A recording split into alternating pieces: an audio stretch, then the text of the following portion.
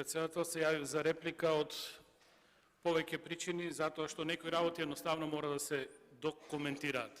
Прво, законот немаше широка јавна дебата и самото поставување во Комисијата за европски прашања доволно говори дека ова сака да се, владата сакаше ова да го донесе на брзина, без консултација со засегнати страни.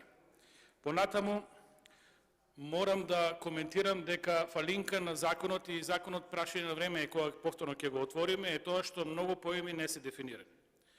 Особено во делот на интернетот како платформа и електронските медиуми кои ги произведува интернетот, тука мораме да дефинираме многу работи за да може да функционира судската пракса, да може да функционира оваа проблематика, односно да можат лесно да се решаваат проблемите кога ќе настанат, а проблеми сигурно ќе настанат затоа што клеветата е сериозна појава која ги загрозува слободата на човекот. Во однос на казните, апсолутно не се согласувам со вас. Треба да има помали казни, меѓутоа, ако нешто е многу осетливо, ако нешто произведува многу голем дефект, тогаш казните мора да бидат и повисоки, затоа што казните на некој начин се средство да спречите нешто да се повторува или некоја појава да предизвика такви штети што би биле со несогледливи последици.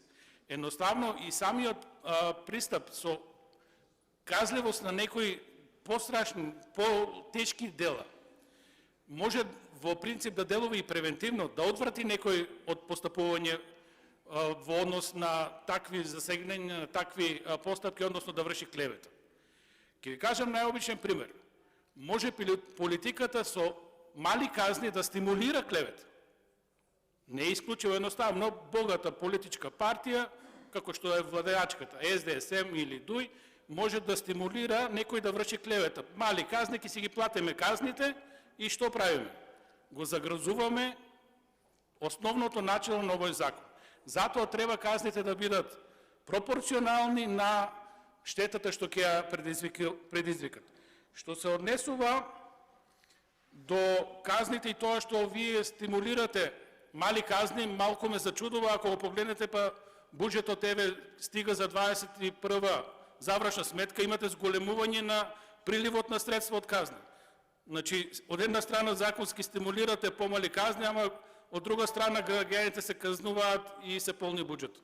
Така да малку е контрадикторно. Благодарам.